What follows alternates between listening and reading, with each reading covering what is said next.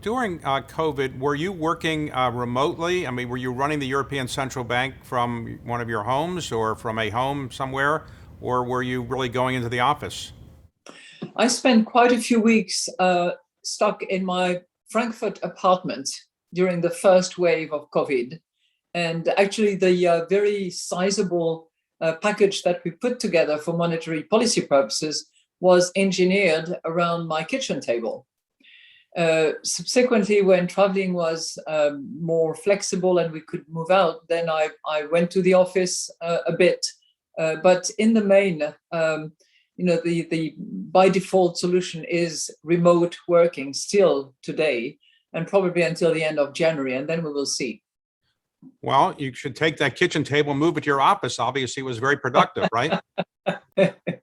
So let me ask you, post-COVID, do you expect Europeans will go back to work at the same levels before in terms of going to work 5 days a week, or will people work 4 days a week, 1 day remotely, or just 4 days a week of work?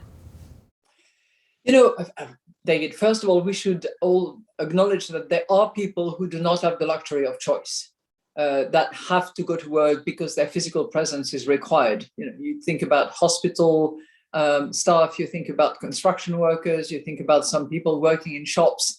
They don't have the choice. They have to be on site and at work and showing up.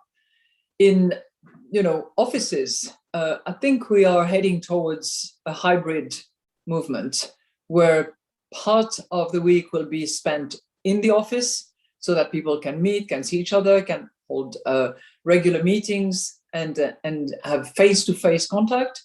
But the rest of the week will likely be working from home. So whether it's 50%, 50%, whether it's 40%, 60% is up for debate and is going to be handled at company levels, I suppose, because most of the legal constraints have been lifted at this point in time. But people have learned during the pandemic, and those learnings will be bottled in and used for future way of working.